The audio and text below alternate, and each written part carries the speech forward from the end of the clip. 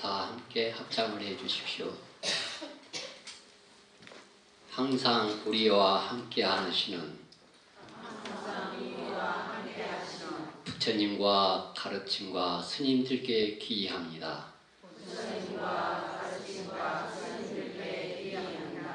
항상 우리와 함께 하시는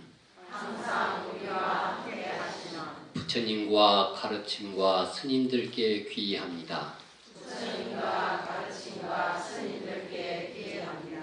항상 우리와 함께 하시는 부처님과 가르침과 스님들께 귀의합니다.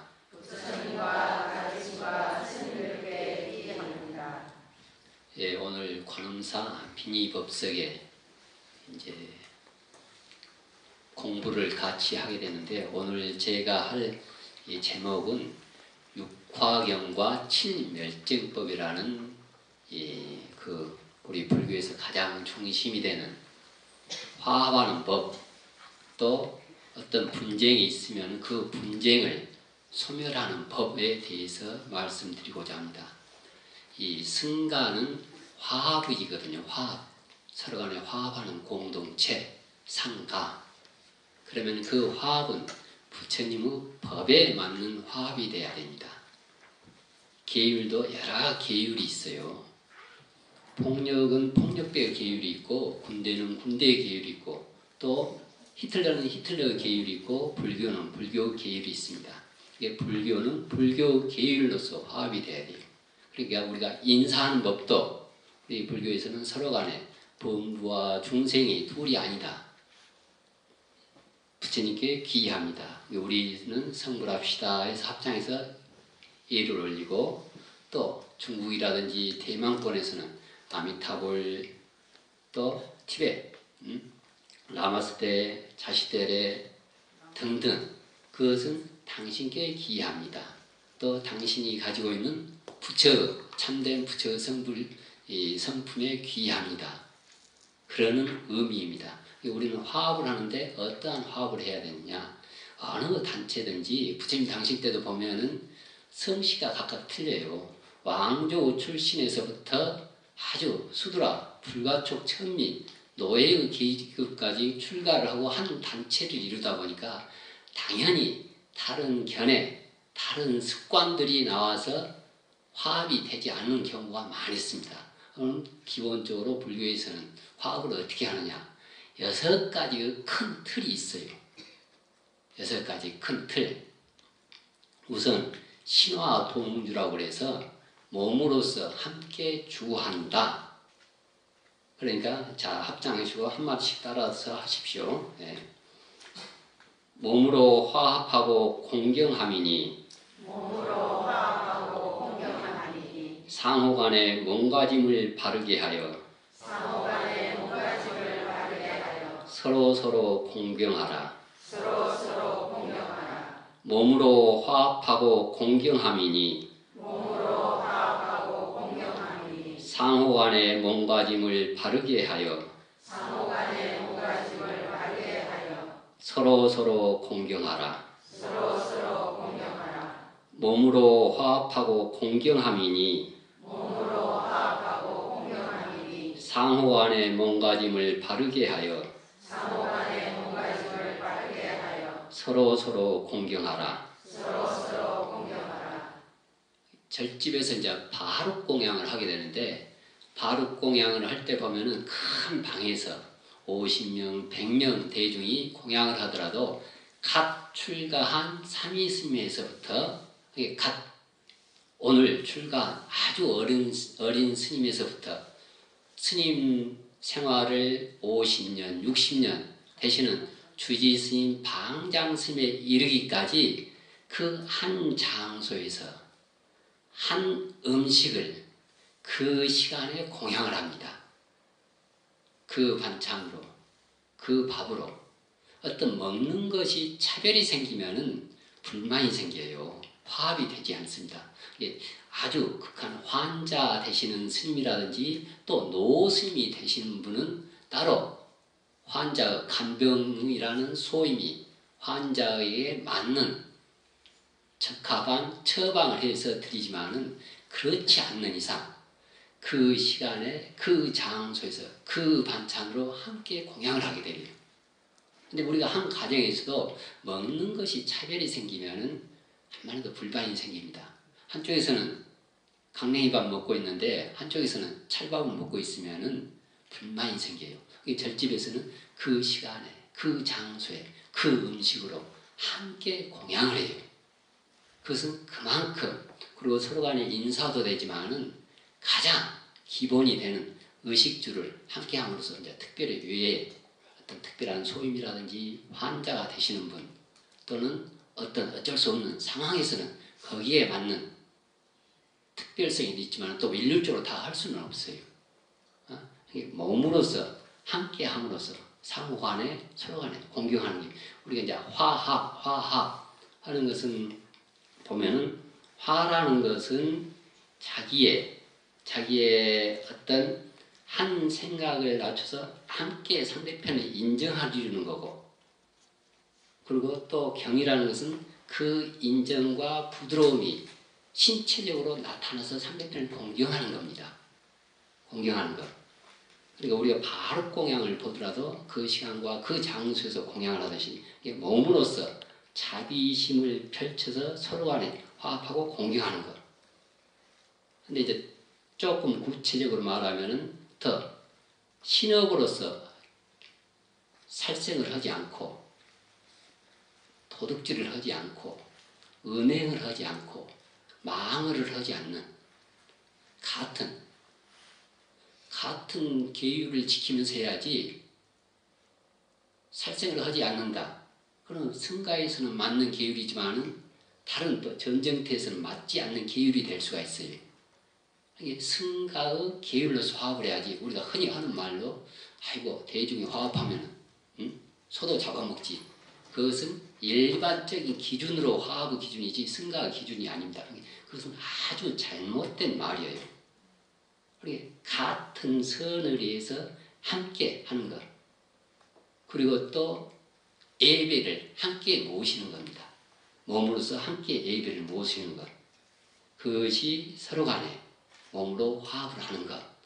그리고 이제 두 번째는 입으로서 구화무쟁이라고 그러는데 입으로서 화합해서 서로 간에 다툼이 없다. 우리가 흔히 하는 말로 도리 그러죠. 근데 지금은 이제 우리가 해야 할 도를 따르지 않고 이치로 시비 옳고 그름을 따지거든. 그러면 옳고 그름을 따지다 보면은 시비가 많이 생기고 말이 커지면서 폭력이 나와요. 해야 할 도를 먼저 실천하게 되면 이치는 자연히 따라오는 거예요. 그러니까 우리도 자기 자식들 교육을 시킨다든지 특히 남을 지도하는 입장에서는 그래서 언행일치가 되기가 힘들거든요. 말과 행이 일치가 돼야 돼요. 행이 앞장서면은 말이 굳이 필요가 없습니다. 말이 먼저 하게 되면은 시비가 많이 생겨요. 자, 합장하시고 말로 화합하고 공경함이니 좋은 말로 서로를 이해하고 공경하라. 말로 화합하고 공경하고 좋은 말로 서로를 이해하고 공경하고 화합하라. 좋은 말로 서로를 이해하고 공경하고 화합하라. 말로 화합하고 공경함이니 좋은 말로 서로를 이해하고 공경하고 화합하라.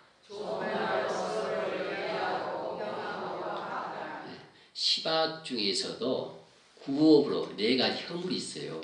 특히 이제 첫째, 우리가 망어, 허망한 말, 거짓말을 하지 않고 진실한 말을 해야 됩니다. 우리가 계율을 지킬 때도 이제 그칠 지자, 지계와 지을 작자, 작계가 있는데 우리는 그치는 것은 소극적인 내가 살생하지 않겠습니다. 또는 도둑질을 하지 않겠습니다. 그렇지만 작게 더욱더 적극적인 것은 살생하지 않는 것은 7살 먹은 꼬맹이도 쉽게 할 수가 있어요. 그럼 불교적인 대승적인 보살심은 더욱더 한 걸음 나가서 내가 죽이지 않을 뿐만 아니고 다른 생명을 보호하고 방생하는 것이 중요합니다. 내가 거짓말을 하지 않을 뿐만 아니고 아주 진솔한 말, 또 긍정적인 말 함으로써 너와 나가 쉽게 화합이 돼요. 그러니까 우리가 화합이 되는 것은 개정해 청정한 몸의 질서와 안정된 정신의 집중, 그래서 부처님의 경계에 맞는 지혜로서 화합이 되도록 해야지 어떤 욕심이라든지 서로 간의 어리석음이라든지 다툼이 일어나는데 화합을 하게 되면 절대 안 되잖아요. 같은 잔이라도 술집에 가면 이것이 술잔이 돼요. 절집에 오면 찻잔이 되듯이 술집에 가면 술집의 인연 법기가 있습니다. 우리 보살님들께서도 한 생각을 선한 일념을 일으켰기 때문에 여기에 관음사에 오셔서 이러한 법기 인연을 만듭니다. 또 어떤 사람은 야 오늘 이런 날 단풍도 들고 가을도 좋고 해서 낚싯대를 메고 낚시하러 가시는 분이 있고 야 내가 또 한턱 쏠게 해서 술집에 가시는 분이 있고 또 등산 가시는 분이 있고 그러면 한 생각은 시발은 작지만 거기에 따른 인연 법기는 커져요. 그러니까 이 의업이 싹이 터서 구업으로 연결이 됩니다. 이러한 구업들이 싹이 터서 신업으로 또 열매가 돼요. 그러면 그러한 신업들이 습관이 되면서 그 습관이 성격이 되고 이러한 성격들이 운명이 되면서 이러한 운명들이 바로 업보여요. 그러니까 이 의업을 잘 다스리고 선한 마음을 일으킴으로써 다음 미래 업보 운명이 바뀌는 겁니다.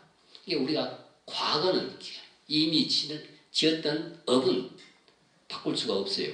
그렇지만 우리가 오지 않는 미래는 얼마든지 바꿀 수가 있잖아요.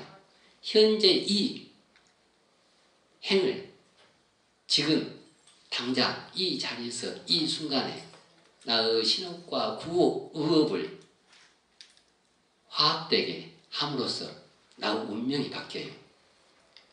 그러니까 망언을 하지 않는다. 또는 양선, 이간질을 하지 않는다. 그것은 서로 간에 화합되는 말, 서로 간에 긍정적으로서 얼마든지 이제 세치혈하고 있지만은 이 혀로 나가는 것은 3초도 안 걸려요. 근데 받는 사람은 그것을 30년을 가지고도 있을 수가 있습니다. 또 반대로 복을 내는 말은 얼마든지 할 수가 있고 운명을 바꿀 수가 있고 또 기어 아주 그 아첨하는 말, 비단길 같은 말, 근데 좀 진국이 돼야 돼. 진국이. 그러면 그때는 혹 서운할 망정 가면 갈수록 내 편이 됩니다. 내 편이.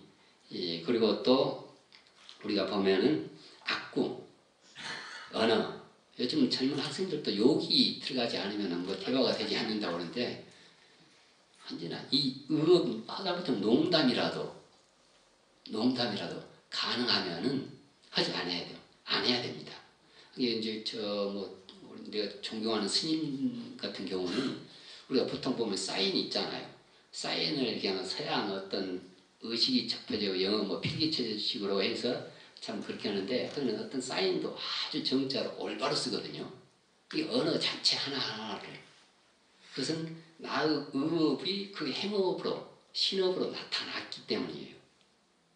내가 그 짧은 순간이고 또는 아주 사소한 걸로 볼 수도 있지만은 내가 이것은 화합이 같이 됨으로써 또 우리가 공동하는 목표에 도달할 수가 있습니다.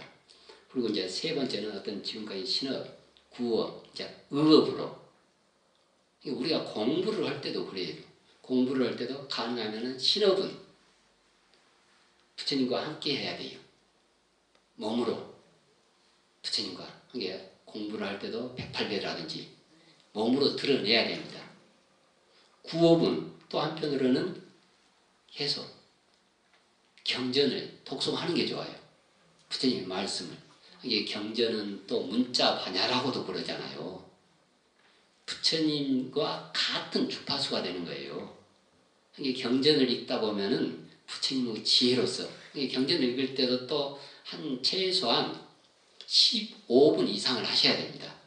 그리고 또 절을 하더라도 보통 보면 20분 이상을 하셔야 돼요. 20분 한 108배 정도 되거든요. 이게 이제 천천히 하게 되면 20분 이상. 왜 그러냐면은 20분 정도 해야지 모공이 열려요. 모공이 열려서 이제 땀도 나면서 그러면서 딱 정신 우리가 비행도 그렇잖아요. 착륙하고 이륙 하려면은 그 시간이 있거든요. 아무리 보면 아주 이제 선정력이 깊은 사람, 내가 공부해야지 하게 되면 바로 책상에 앉으면은 바로 쉽게 말해서 강경산매 또는 사경산매 들어서 공부할 수가 있어요. 근데 보통 보면은 컵을 이렇게 옮겼다, 필통도 이렇게 했다, 뭐 이렇게 뭐 전화기도 만졌다, 뭐 했다 한 10분, 20분이 낭비가 됩니다. 이 구호로 강경을 할 때도 일단 15분 이상 정도 돼야지 산매에 들어가요. 정상 궤도에 되는 거예요. 우리 비행기도 이륙하고 착륙할 때 그 짧은 시간에 사고 날 확률도 많이 해요.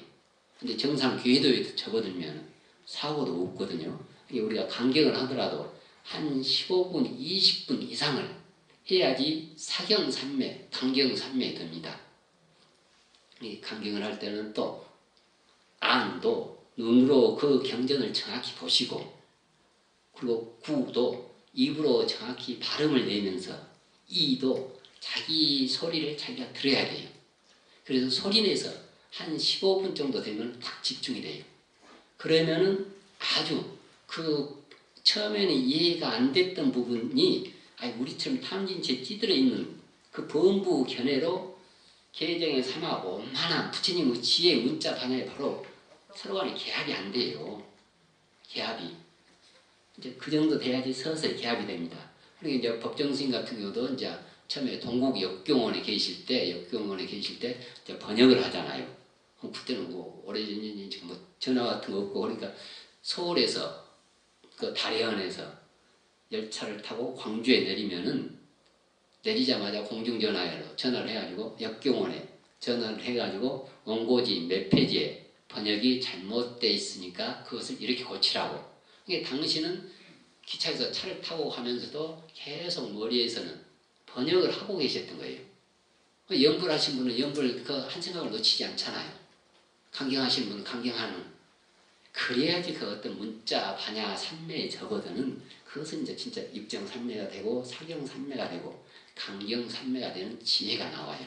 근데 당신은 의자에 앉아있으면서도 계속 번역을 하는 거예요. 내려와서 전화로 이 부분 이렇게 고쳐라. 가능하면은 몸으로는 등신불 아무리 부처님이 철불로 만들어진 부처님은 용광로를 건너지 못하고 목불은 불을 건너지 못하고 토불은 물을 건너지 못한다고 하지만은 우리는 이러한 등신불을 의지하고 봄으로써 나의 최성을 불성을 도달할 수가 있어요. 그러니까 신업은 아무리 그래 환경에 따라서 게을러져요. 게을러지기 때문에 가능하면 절에 오셔서 신업을 108배를 이 등신불을 의지를 하세요. 그리고 구업은 다른 데 너무 시비를 가리거나 남을 흉보지 말고 문자 반야 경전을 독송하시고 그리고 의업은 또 어쨌든 한 생각을 놓치지 않아야 돼요. 자, 합장하시고 마음으로 화합하고 공경함이니 좋은 뜻 좋은 말을 가지고 서로 화합하라. 마음으로 화합하고 공경함이니 좋은 뜻 좋은 마음을 가지고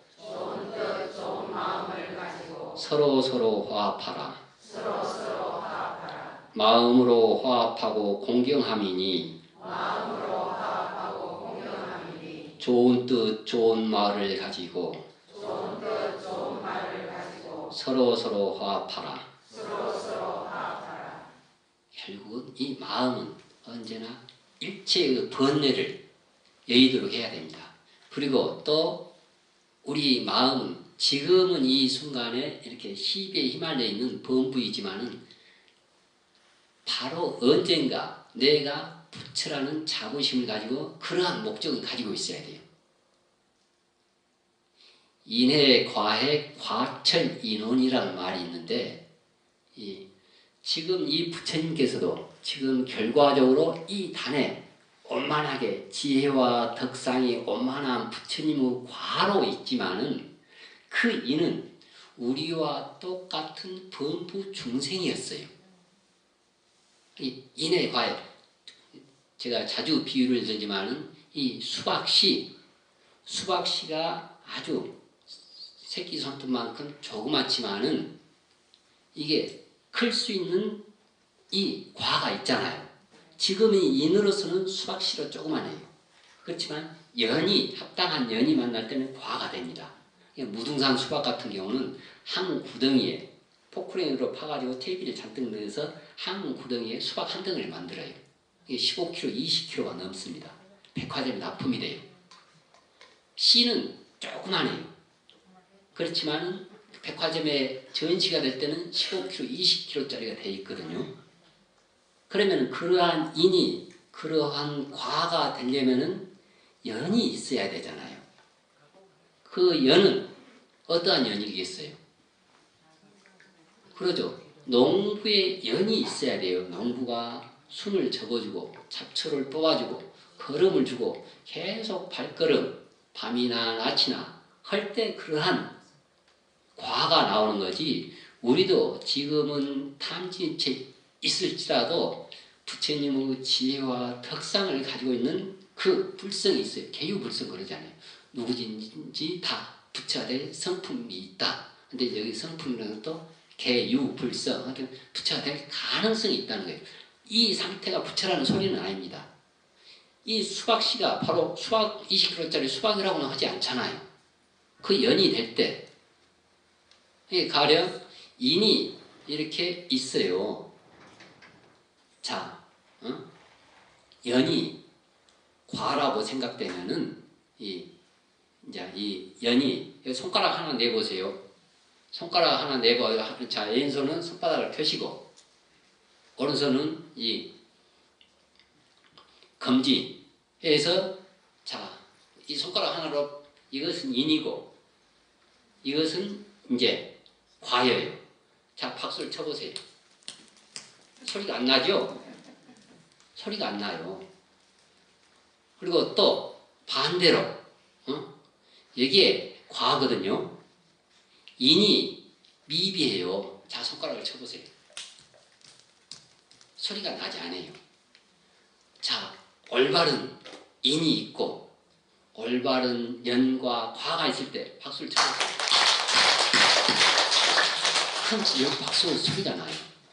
그러니까 우리가 아무리 인이 부처가 될 가능성이 있지만은 그 연이 계율을 지키지 않고 탐진치에 찌들어 있고 내가 편할 때 또 보살심을 바르지 않을 때 내가 조금만 손해보면은 그냥 시비를 가리고 내가 조금 반푼어치 이득을 보려고 플러스 마이너스 다투고 복이라는 것은 다른 것 아니에요.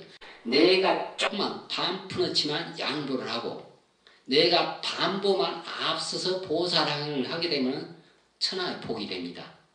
그분은 어느 자리에 있든지 어느 시간에 있든지 인기 스타가 되고 그분이 주구하는 데는 최고 명당 자리가 돼요.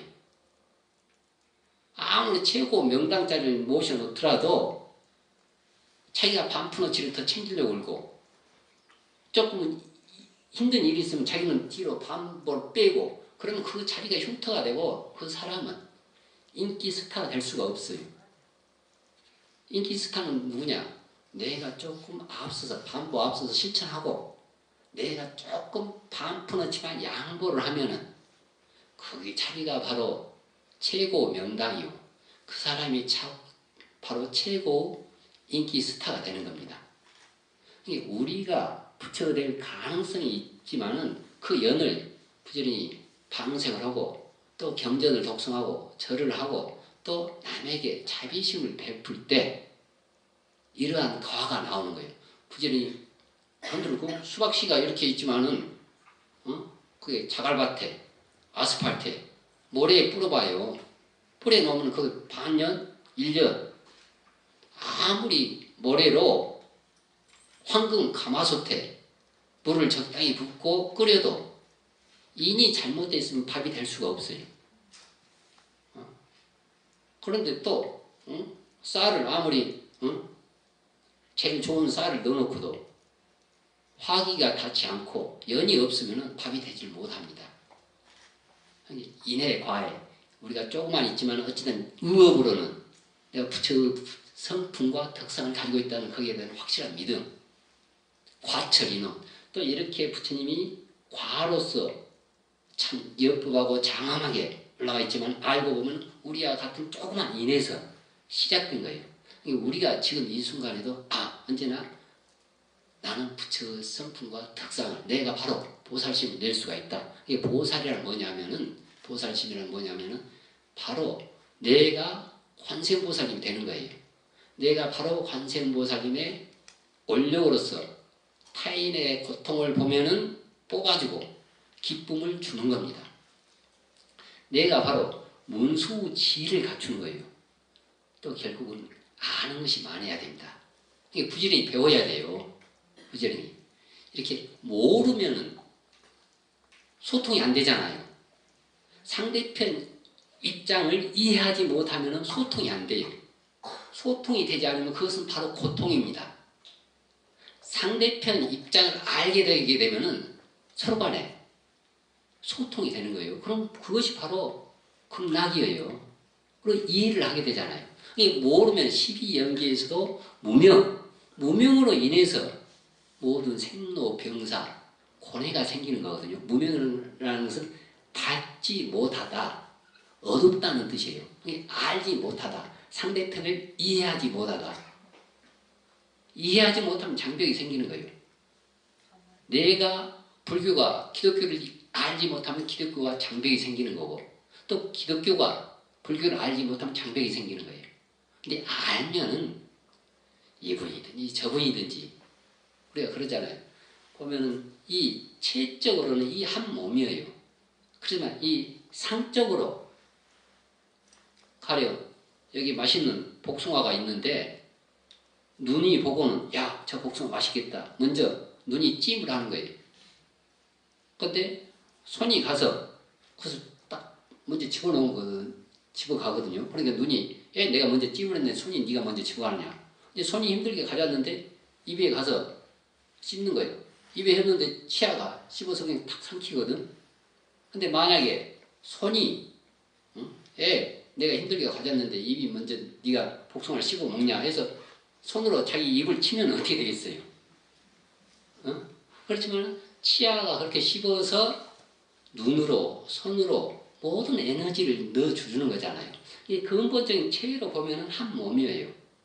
이 상으로 보면 눈이다, 귀다, 손이다 차별상이 있지만은 근데 근본적인 체적으로 그러한 부처 몸이라는 것을 이해하지 못하면은 계속 그것이 지옥이고 고통이고 악의의 삶입니다. 그렇지만 또 이 상이 모양이 틀림으로써 그 용이 또 그 차별상의 용이 있어야 돼요. 가령 발가락과 눈이 한 몸이라고 그러지만은 무좀약을 눈에다 바르면 어떻게 되겠어요? 눈도 버리고 발가락도 낫지 않고 그리고 또 안약을 발가락에다 바르면은 또 그런 상황이 되는 거예요. 그러한 체적으로는 불교에서 이제 체상용이라고 하거든요.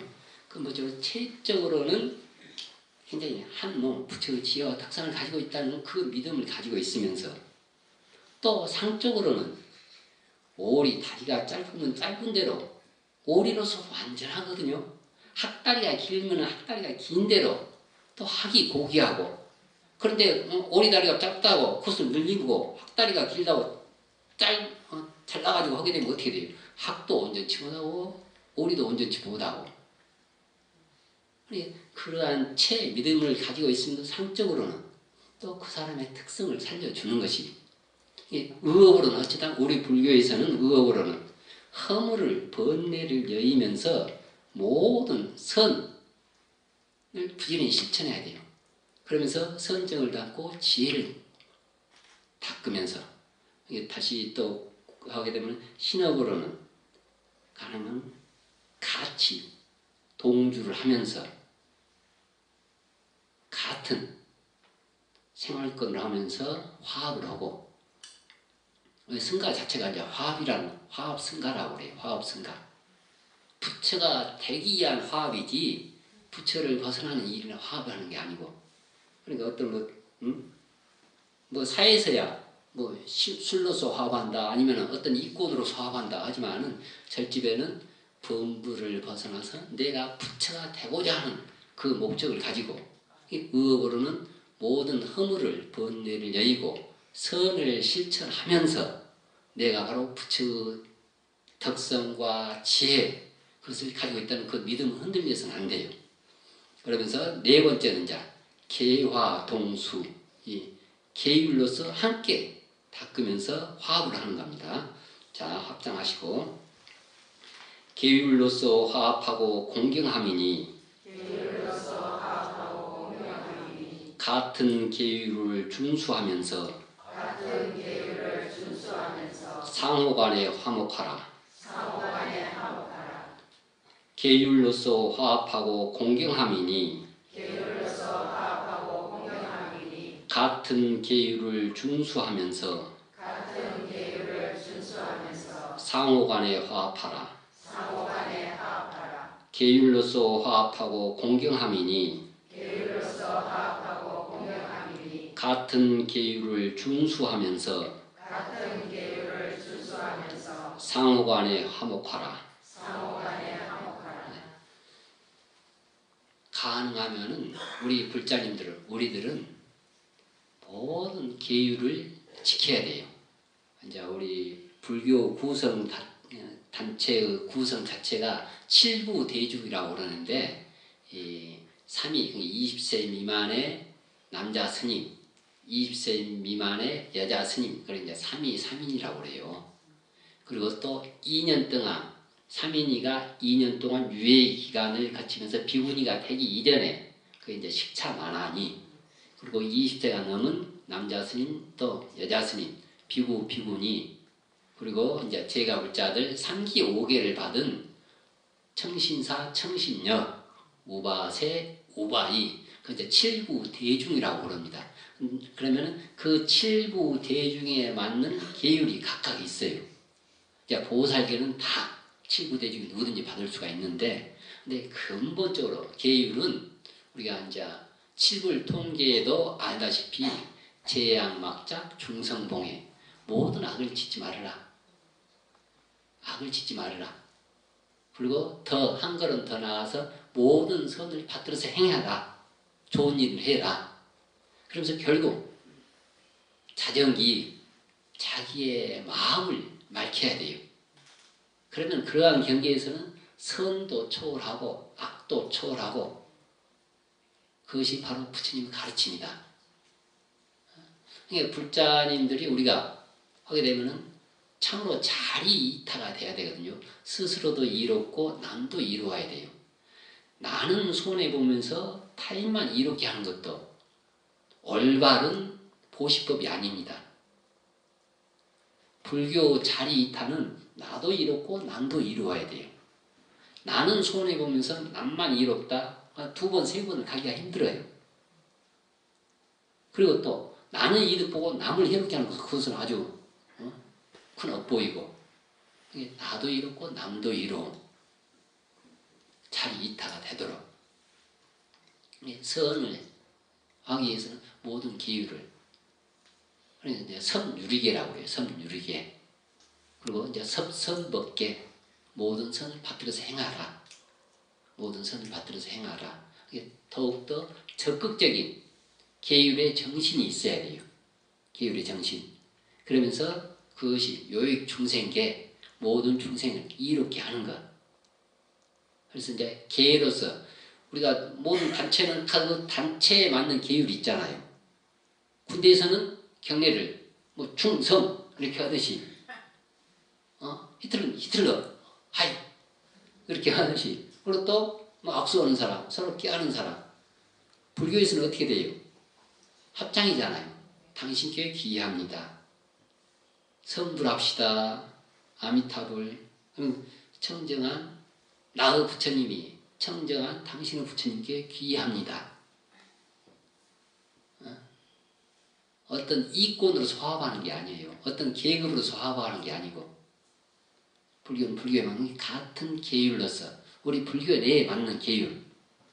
다른 종교는 다른 종교 계율이 있습니다.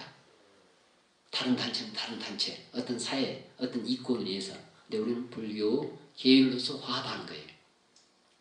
그리고 이제 견해로서 화합하는 건 이제 견화, 동해라고 그러는데 같은 견해로서 화합하는 거. 자, 합장하십시오. 견해로서 화합하고 공경함이니 올바른 견해를 지녀 바르게 화합하라. 견해로서 화합하고 공경함이니 올바른 견해를 지녀 바르게 화합하라. 견해로서 화합하고 공경함이니 올바른 견해를 지녀 바르게 화합하라.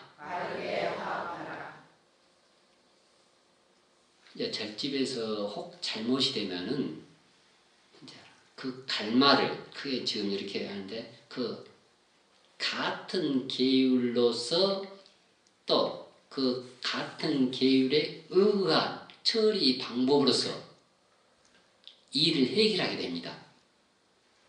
같은 계율을 해야 되는데 다른 계율로서 그 일을 처리하게 되면 당연히 화합이 되지 않고 불상사가 생겨요. 특히 견해를 같이 함으로써 특히 어떤 세속적인 견해라든지 출가적인 견해라든지 부처님의 경전에 맞는 이게 누차 강조하지만은 어쨌든 신업적으로는 행동으로 드러나야 돼요. 가장 좋은 것은 그래도 이제 108배를 하게 되잖아요. 108배를 하게 되면 건강도 좋아지고요. 그러면 이제 108배 숫자를 안 틀어도 최소한 20분 이상 하게 되면 절을 하다 보면은 크게 이제 우리가 천수경을 독송하고 경전을 독송하더라도 크게 이제 4가지 뜻이 있는데 참회심이 발로가 됩니다. 참회심이 자기 반성하는 마음, 자기를 돌아볼 수 있는 마음. 아까 말했던 신업적으로 이제 하다 보면은 크게 몸으로 잘못했던 것이 가장 먼저 눈에 띄어요. 그러다 선정력이 깊어지고 공부가 되면은 입으로 했던 것이 싹 투명해 보입니다. 조금 더 하자면 그 의업까지 체득이 돼요. 의업까지. 그러면은 그것이 우리가 지금 이제 아주 여기도 지금 뭐 벚꽃, 벚나무 잎이 지금 가을 돼서 굉장히 우수수 떨어지고 그러는데 이 발심을 하고 또 올력을 세우고 참회심을 느끼고 똑같은 상황이라도 거기에 체감하는 것, 마음으로 받아들이는 것은 천지차이예요. 이게 아라한들은 이 가을에 낙엽이 하나 떨어지는 것을 보고 벚나무 하나 떨어지는 것을 보고 무상감을 느껴서 그렇게 공부하는데 마음을 쏟았다고 그래요. 예수님들도 동쪽에서 해가 뜨고 서쪽으로 해가 지는 모습을 보고 낙엽 하나 떨어지는 걸 보면서 무상감을 느끼는 거예요. 근데 우리는 바로 옆에서 생로병사를 보이고 죽고 그래도 그 무상감이 오래 가지를 못해요. 그래서 다시 또 윤회하는 그런 업, 남을 상처 주는 그런 업을 짓게 됩니다. 진표율사 같은 경우도 12살에 출가를 하셨다고 그러는데 그 출가한 동기가 그 어렸을 때 개구리를 잡아서 돼지를 줬다고 그래요. 돼지를 하게 되면 돼지는 잡식성이기 때문에 뭐 콩에서부터 개구리 뭐 이것저것 다 먹어서 그래서 친구들이랑 동무들이랑 놀면서 개구리를 잡아가지고 갈대에다 끼워가지고 돼지를 갖다 주면 돼지가 그것을 먹고 이제 지방 또 건강해서 그렇게 하고 있는데 어느 날은 이제 개구리를 잡아다가 갈대에 끼워놓고 친구들이랑 놀다가 산 밑탈로 토끼가 한 마리가 야 토끼 잡자 하면서 그냥 팽개쳐놓고 토끼 잡으러 가가지고 또 토끼도 놓쳐버리고 그러다 뭐 그 어린 것들이 그냥 놀면서 잊어먹잖아요.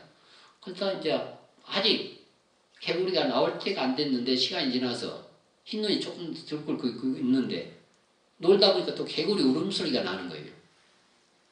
가서 보니까 자기가 작년에 잡았던 그 전에 그 겨울 봄에 잡았던 개구리가 태반이 죽고 몇 마리가 살아서 울고 있는 것을 보고는 그것을 보고 무상감독해서 바로 금산사를 출가를 해서 그 12살짜리가 거기서 그 절벽에서 괴족정진 뒤꿈치를 들고 괴족정진 절벽에서 정진을 하면서 허공장 보살로부터 무상계 보살 계층을 받았다고 그러거든요.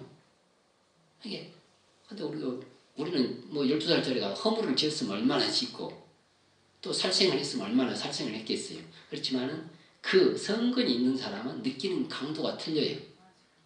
그러니까 우리도 절을 하다 보면은 우리가 지금 이제 햇빛이 창틀처럼 오잖아요. 그러면 그 햇빛에 보면 먼지가 다양해요. 없었던 게 아니고 자기 선정력이 하게 되면 그렇게 미세한 허물까지 보게 돼요.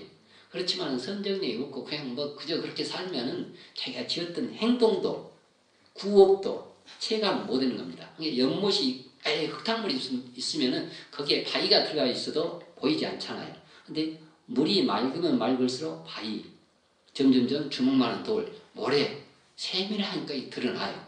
그러니까 도고 마성이라고 하잖아요. 도가 높은 사람은 마도 높은 거예요. 그것은 뭔 말이냐면 자기의 신업과 구업, 의업을 관조하는 힘이 보통 보면 20세가 넘으면은 신업은 조절할 수가 있어야 돼요. 행동으로 그냥 젊은 기백으로 이제 20대 미만은 젊은 기백에서 신업을 자기가 체를 못해서 한다지만은 20세가 넘으면은 30세가 넘으면은 자기 구업도 조절을 해야 됩니다.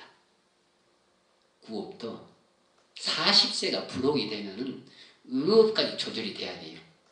한 생각, 아이고 우리가 한 생각 일어나고 소멸되고 또 이렇게 마음 뭐 서울 갔다가 어디 대구 갔다가 하는 거 내 마음대로 어떻게 되냐 그러지만은 선정력이 있는 사람은 그 의업을 딱 조절을 해요. 예, 이러한 의업이 싹이 터서 구업이 연결되기 때문에 이러한 구업들이 또 신업으로 연결되고 그러한 신업의 행동들이 반복이 되면 그것이 습관이 되고 성격이 되고 그것이 바로 운명이고 업보예요. 습관은 아주 처음에는 거미줄처럼 가느다랗지만은 어느 정도 인식이 될 때는 쇠줄처럼 해가지고는 그거 끊어낼 수가 없어요. 이게 습관이 반복되는 것이 바로 본부거든요. 진짜 상근기는 이제 부처님은 본정이라고 합니다. 근본 본자에 청정할 정자. 부처님 원래 청정이에요. 근데 부처님 외에는 다 참정, 참회로서 청정성을 회복하는 겁니다. 근데 상근기는 허물을 2번 짓지 않는다고 하거든요. 근데 우리가 허물을 2번 짓지, 우리는 계속 반복하고, 어제 반복하고, 오늘 반복하고, 계속 반복해도 또 그런 습관이 되잖아요.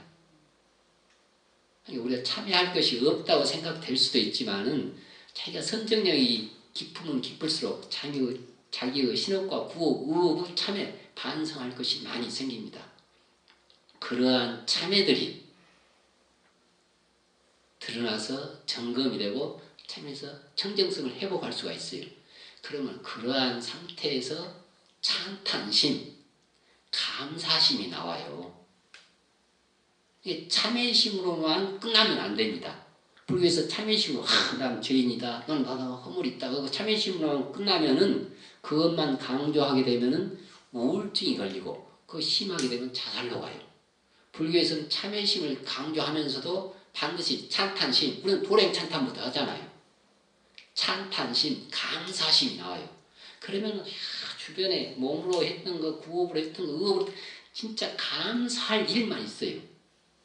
허다트는 유정물뿐만 아니고 무생물에까지 이런 책상, 이런 마이크, 이러한 마이크 연이 있기 때문에서 여러분이 법문을 듣고 같은 공업을 이뤄서 생사해탈을 벗어날 수 있는 좋은 인연을 짓잖아요. 이게 굉장히 큰 감사할 인연이에요.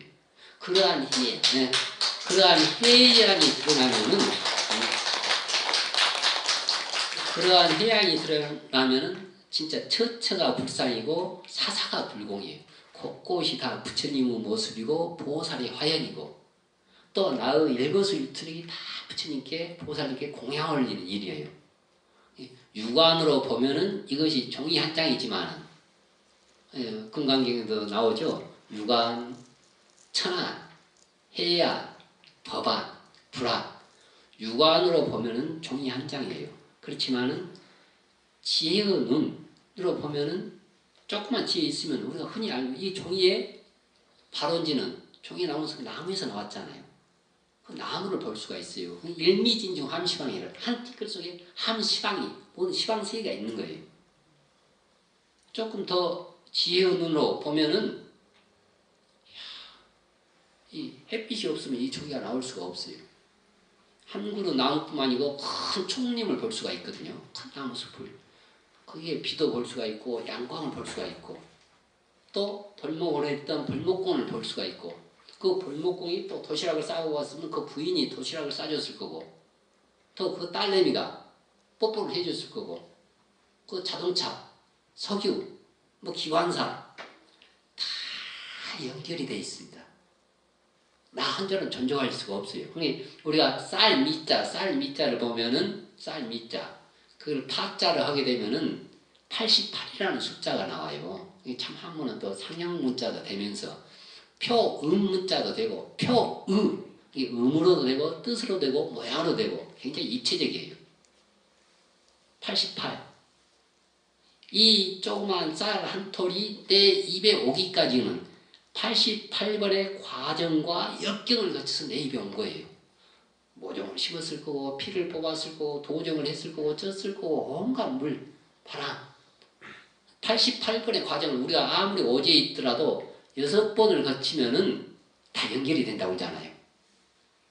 그러니까 가령 누구를 저 아프리카 오지에 있지만 어디 저 나라도 성에 있지만 그 할머니가 가령 전혀 듣도 모든 미국의 클린턴 대통령 아니면 뭐 누구를 만난다 하게 되면 6단계를 거치면 다 연결이 돼 있다고 그래요.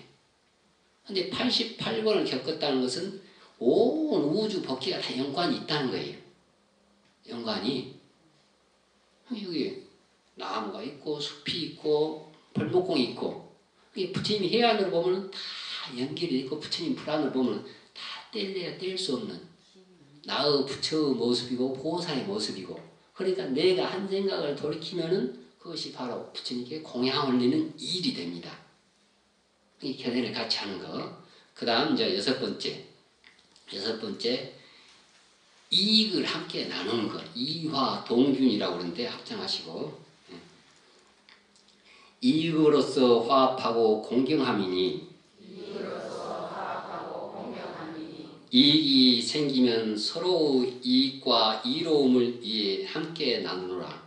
이익이 생기면 서로 이익과 이로움을 위해 함께 나누라.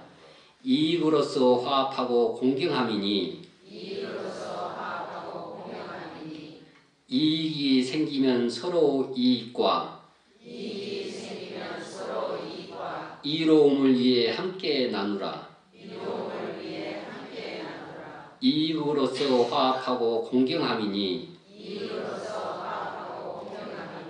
이익이 생기면 서로 이익과 이로움을 위해 함께 나누라. 같이 베풀어야 돼요. 같이 나눠야 되고. 이게 복이 큰 사람은 자비심이 크다는 겁니다. 같은 보시를 하더라도 우리가 이제 삼륜청정이라고 그러는데 시자 베푸는 사람도 청정해야 되고 수자 받는 사람도 청정해야 되고 그 시물 거기에 따르는 그 물건도 청정해야 돼요.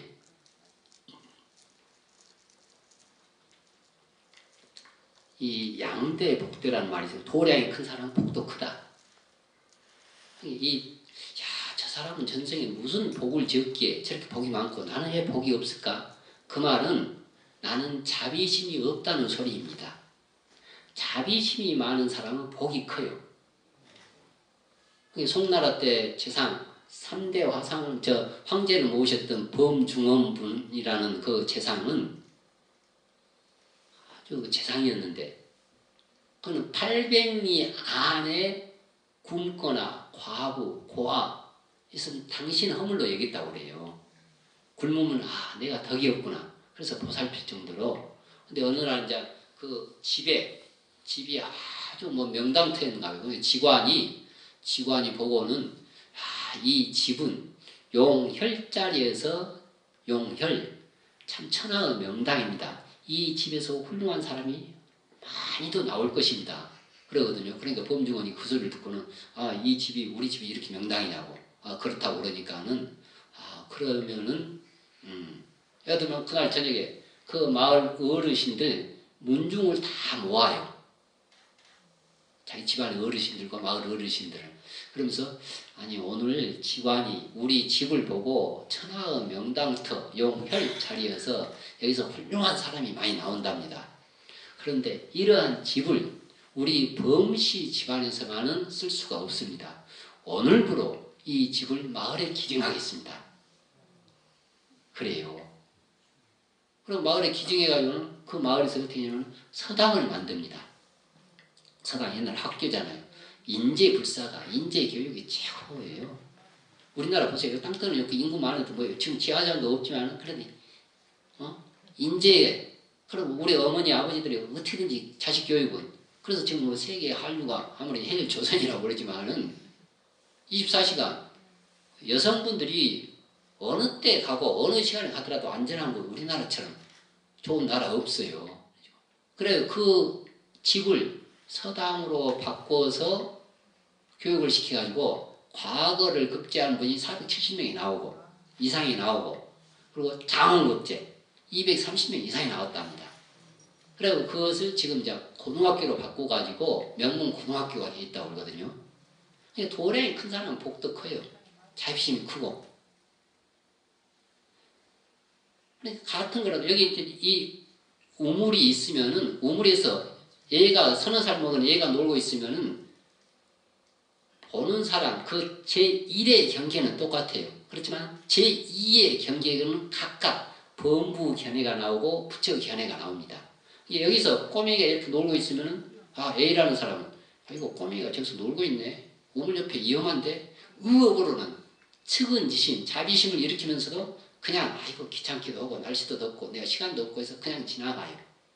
B라는 사람은 저것을 보고는 이거 놀고 있으면 위험한데 그러면서 의업으로 측은지심을 일으킬 뿐만 아니고 구업으로 꼬맹이가 거기서 놀고 있으면 위험하다. 경각심을 주면서 하지만은 그래도 거기도 그냥 뭐 지나가요.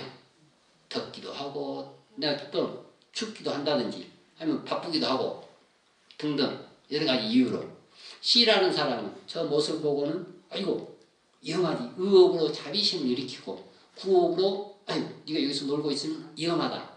경각심을 주면서 신업으로 그 어린아이의 손목을 잡아서 우물에서 떨어지게 만들어주고 안전하게 해줘요. 똑같은 제1의 경계는 똑같아요. 우물 옆에서 아이가 놀고 있는 모습을 보는 것은. 그렇지만 자비심이 큰 사람은 조금 내가 부지런한 사람 이득을 위해서는 조금 양보하고 남에게 보살심을 내기 위해서는 조금 한 발 앞서는 사람 담보로 앞서는 사람 그 사람들이 바로 보살이고 부처가 되는 거예요. 부처가. D라는 사람은 그것을 보고는 아이고 네가 여기서 놀고 있으면 위험하다. 멀리 떨어지게 해주면서 엄마 어디 계시지? 아빠 어디 계시지? 해서 엄마 아빠에게 아예 그 어린아이의 고통을 아예 소멸해 주는 거예요. 중생의 고통을 아예 소멸해 주는 거예요. 그것이 바로 똑같은 제1의 경계는 부처님이라고 해서 눈이 2개 있지 3개 있는 게 아니고 귀가 뭐 2개 있지 3개 있는 게 아니에요. 부처님이라고 해서 이것이 뭐 컵으로 보이지 다른 걸로 보이는 게 아니에요. 그렇지만 그것을 1의 경계에서 2의 경계로 나타나는 보살심이 나타내고 근데 보통 사람들은 참 나쁜 것은 있지도 않는 제2의 화살, 제3의 화살을 스스로 만들어서 우르락푸르락 하면서 2박 3일 동안 잠도 못 자고 푸득푸득 해가지고 그냥 번뇌를 더 키우는 사람이 있고 어쨌든 그것을 좋은 그 장애물을 디딤돌로 여기서 진일보할 수 있는 그런 보살심을 나타내는 사람들도 있고 이게 지금 이 기본적으로 이 육화경에 대해서 설명을 했는데 시간이 좀 초과가 돼서 친멸쟁법은 참 여기가 시간이 좀 촉박하는데, 그리고 또 아무리 당체가 청정하고 같은 목적을 하더라도, 이렇게 6가지로 화합을 하더라도 또 분쟁이 생기는 것은 어쩔 수가 없어요. 당연하고. 그러면 그러한 분쟁을 해소하는 것이 부처님법에서는 7가지가 있습니다. 7가지가. 간단하게 이야기하게 되면은, 보면은, 허물이 있는 사람들, 또 시비가 일어나는 사람들은 서로 간에 당사자들끼리 당사자들 모아놓고 앞에서 해결해라. 우리가 말을 하더라도, 혹시 시비를 가르더라도 당사자가 없는 상태에서 흔히 하는 말로 뒤에서 흉보지 마세요. 면전에서 시비를 가르는 것은 그나마 낫습니다. 당사자가 있으면 당사를 앞에 놓고 그렇게 해서 해결하는 방법이 있고, 또 두 번째는 이제 억념빈이라고 해서 기억을 시켜서, 상대편이 허물을 지었지만 상대편이 기억을 못하면은 그 시비를 가르치지 마세요. 기억을 시켜서 허물을 드러내고, 또 그것을 혹시 분쟁이 생기면 서로 간에 확실한 기억, 증거죠. 지금도 부처님 당시도 2500년 전이었지만 지금도 이 법률에서 굉장히 근본이 되는 거예요. 그 기억을 시켜서 증거를 해서.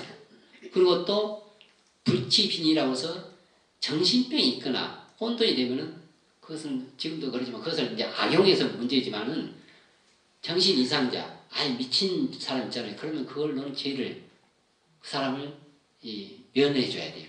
정신 이상자에 말 그대로 불을 먹는 사탕인 줄 알고 집는다든지, 똥을 그냥 밥인 줄 알고 집는다든지, 그렇게 정신이. 근데 우리가 흔히 하는 술을 먹고 심심이야 해가지고 너무 그것을 역이용하는 것이 많더라고요. 그리고 이제 4번째는 스스로 발로, 이제 자음빈이라고 해서 스스로 발로 해서, 스스로 고백해서 그 죄를 소멸시켜주는, 또 그 시비를 가리는 그러한 방법이 있고, 그리고 이제 멱제상빈이라고 해서, 그 지은 죄를 자기가 실토를 하지 않을 때는 지은 죄를 구체로 찾아가지고 그것을 이제 시비를 대중에서 화합이 되도록 해주는 것. 그리고 막 시비가 서로 간에 다투고 뭐고 하잖아요. 그러면 이제 아예 지혜 있는 사람들을 모아가지고, 지혜 있는 덕망 있는 사람들을 모아서 다수결로 해결하는 방법이 있고, 또 마지막 7번째는 그냥 진흙땅에 풀로 진흙땅을 덮듯, 그것은 여초 복지빈이라고 하는데, 그냥 당신 말도 옳소. 당신 말도 옳소. 근데 우리가 서로 그냥 이거 없던 일로 서로 참회하면서 풀로 땅을 덮듯, 진흙땅을 덮듯 해서 없앱시다. 이래도 없고 저래도 없는데, 그러면 서로 간에 참회하면서 없어졌던 일로 하죠. 이게 크게 7가지 다툼을 없애는 법이 있습니다. 그래서 오늘 6가지 화합하는 법과, 이렇게 6가지로 화합하는 법은 일반 가정에서도, 불교 단체에서도. 근데 우리 우리 허물이 또 지금 이거 잘 지켜지지 못해서 했지만은 이미 부처님이 다 이렇게. 그러면서 혹 분쟁이 일어나면은 이 7가지로 해결해라 하는 뜻에서 오늘 육화경법과 7멸정법분에 대해서 이제 그 비니법석이 마무리가 되잖아요. 특히 우리 또 아주 전문적이지만 우리 관음사는 계속 작년도 그러고 올해도 그러고 계율에 대해서 계율을 학습을 들었기 때문에 오늘 이러한 수준 충분히 이해하고 실생활에서 활용할 수 있는 근기들이 됩니다. 그래서 오늘 7멸정법, 육화경법에 대해서 간단하게 같이 수업을 했습니다. 예, 성불합시다.